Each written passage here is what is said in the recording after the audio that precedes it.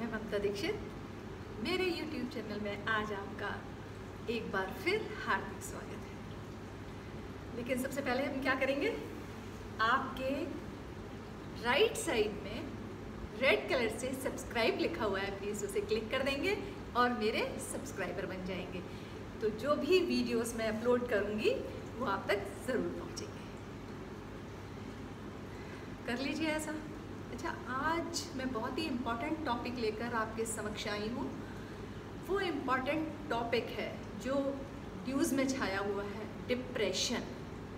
आप देख ही रहे हैं, डिप्रेशन के चलते सुशांत सिंह राजपूत ने आत्महत्या कर ली। और भी मैं पेपर्स वगैरह में, न्यूज़ वगैरह में पढ़ रही हूँ कि आज की यंग जनरेशन कितनी जल्दी सुसाइड कर रही है। तो ये बहुत बड़ी चिंता का विषय है।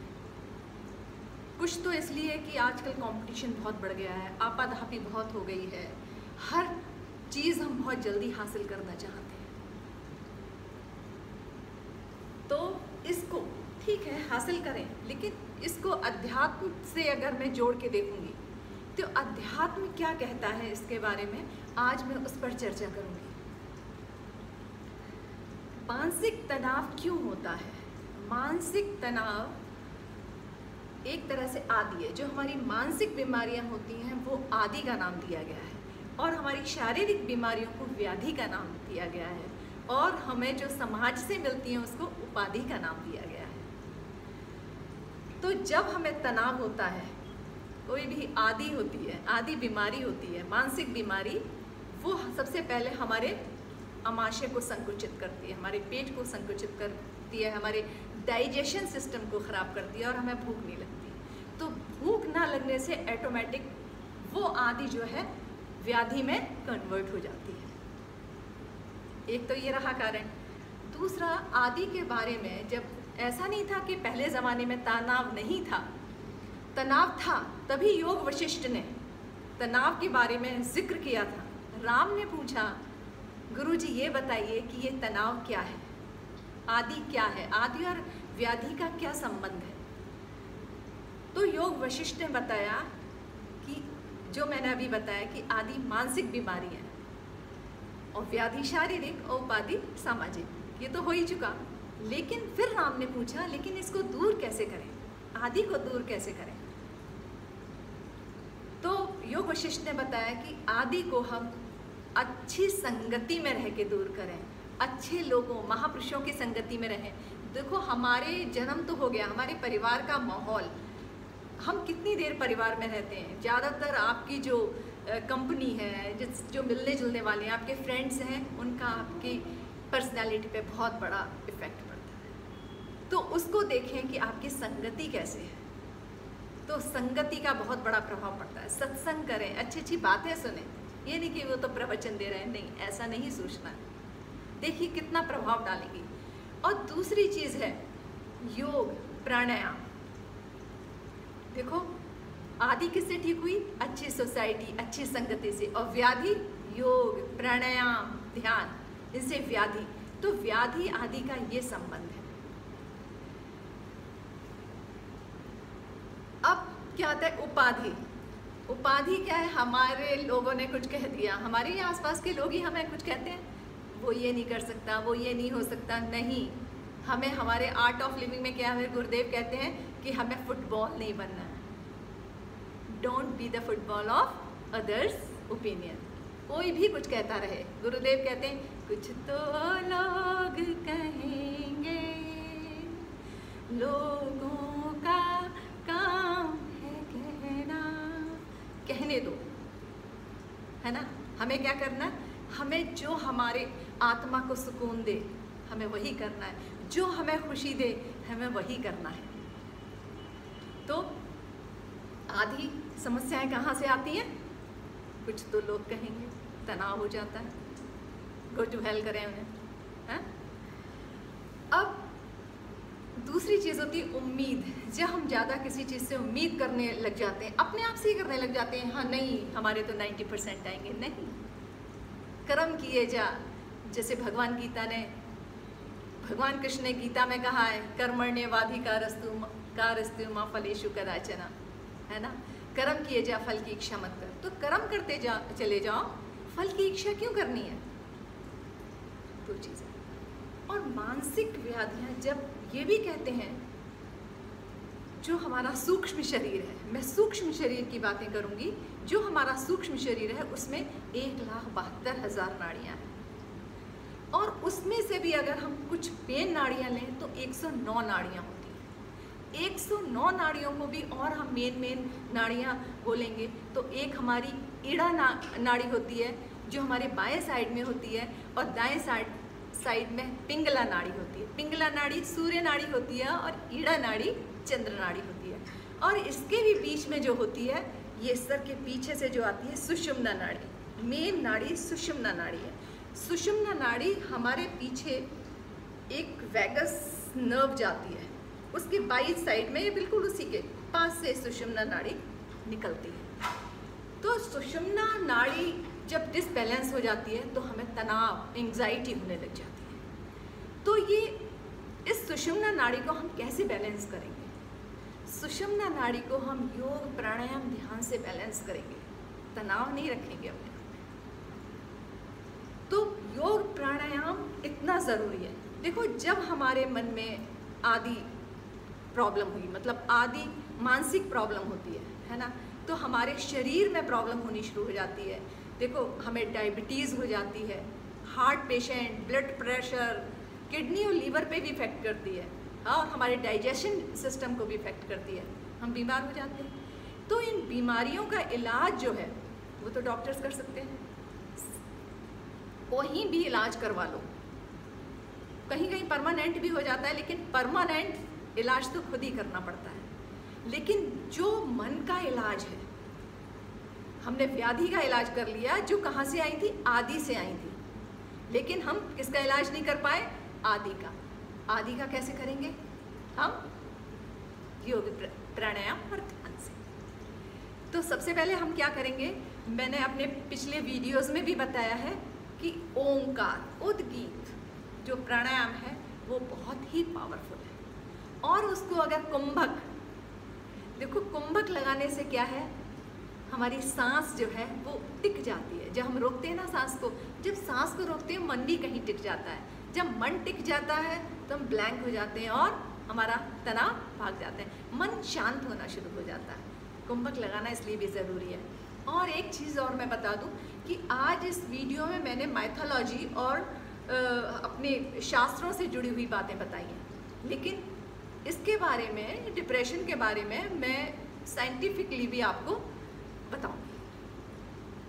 ठीक है, तो हम क्या करेंगे, ओम की गूंज करेंगे, हैं 3 टाइम्स करेंगे। आप घर में 20 टाइम्स कर सकते हैं, 50 टाइम्स कर सकते हैं, जितना, जब भी आपको शांति मिले। देखना आपको कितनी शांति मिलेगी। तो यहाँ पर हम 3 टाइम्स करते हैं। श्वास लें,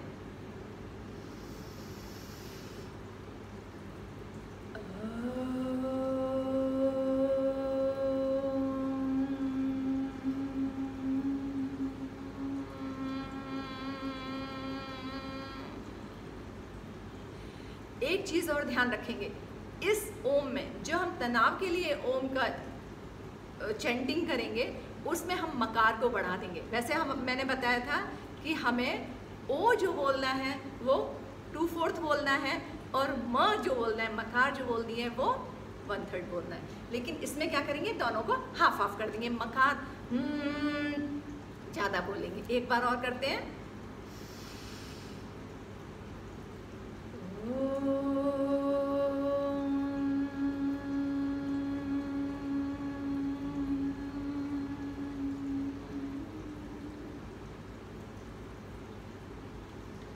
और क्या करेंगे, अपने पेट से यहाँ से उठता हुआ महसूस करेंगे, और तनाव सारा आपका यहाँ से चला जा रहा है, ऐसे महसूस करेंगे। एक बार और करेंगे।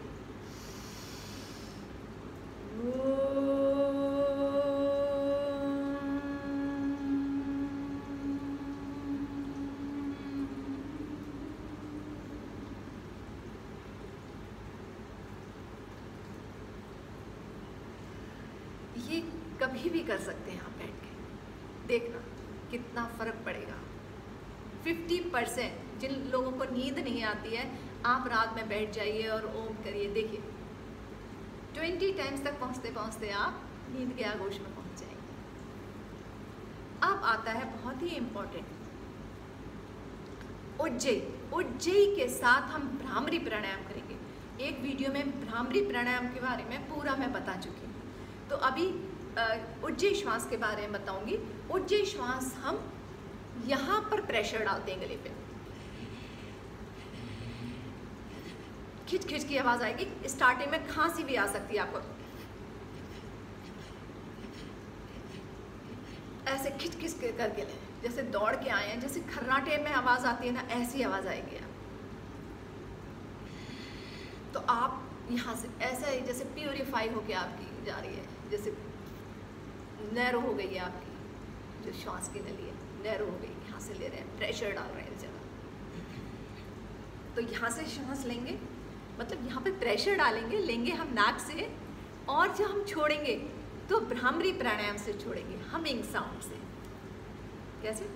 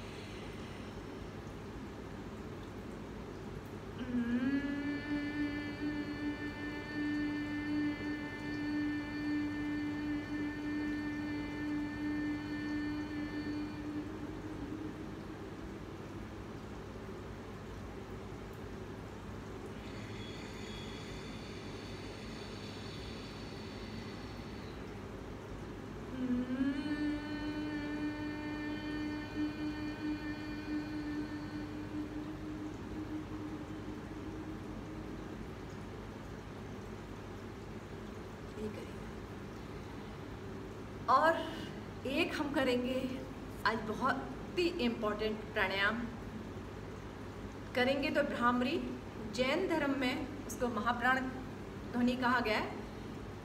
ये यहाँ पर हाथ रख के होती है, श्रेपा करके एक योग है, उसमें भी इसको महाप्राण ध्वनि कहा गया है। यहाँ पे हाथ रखेंगे और हमिंग साउंड करेंगे।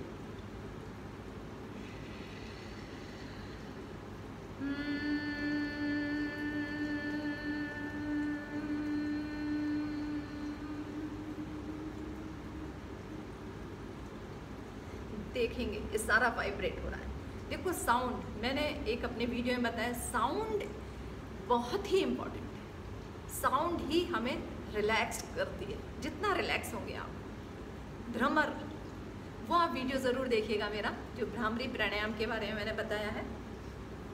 तो महाप्राण ध्वनि को एक बार और करते हैं।